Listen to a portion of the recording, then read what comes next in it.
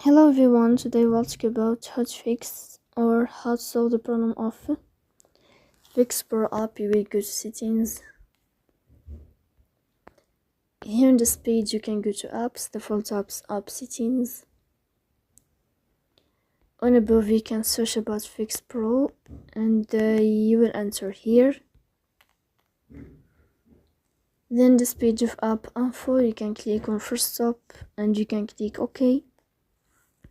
Then you will enter to the window of storage.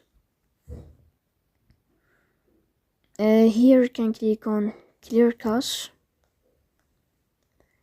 but pay attention, don't click clear data because that can delete your account.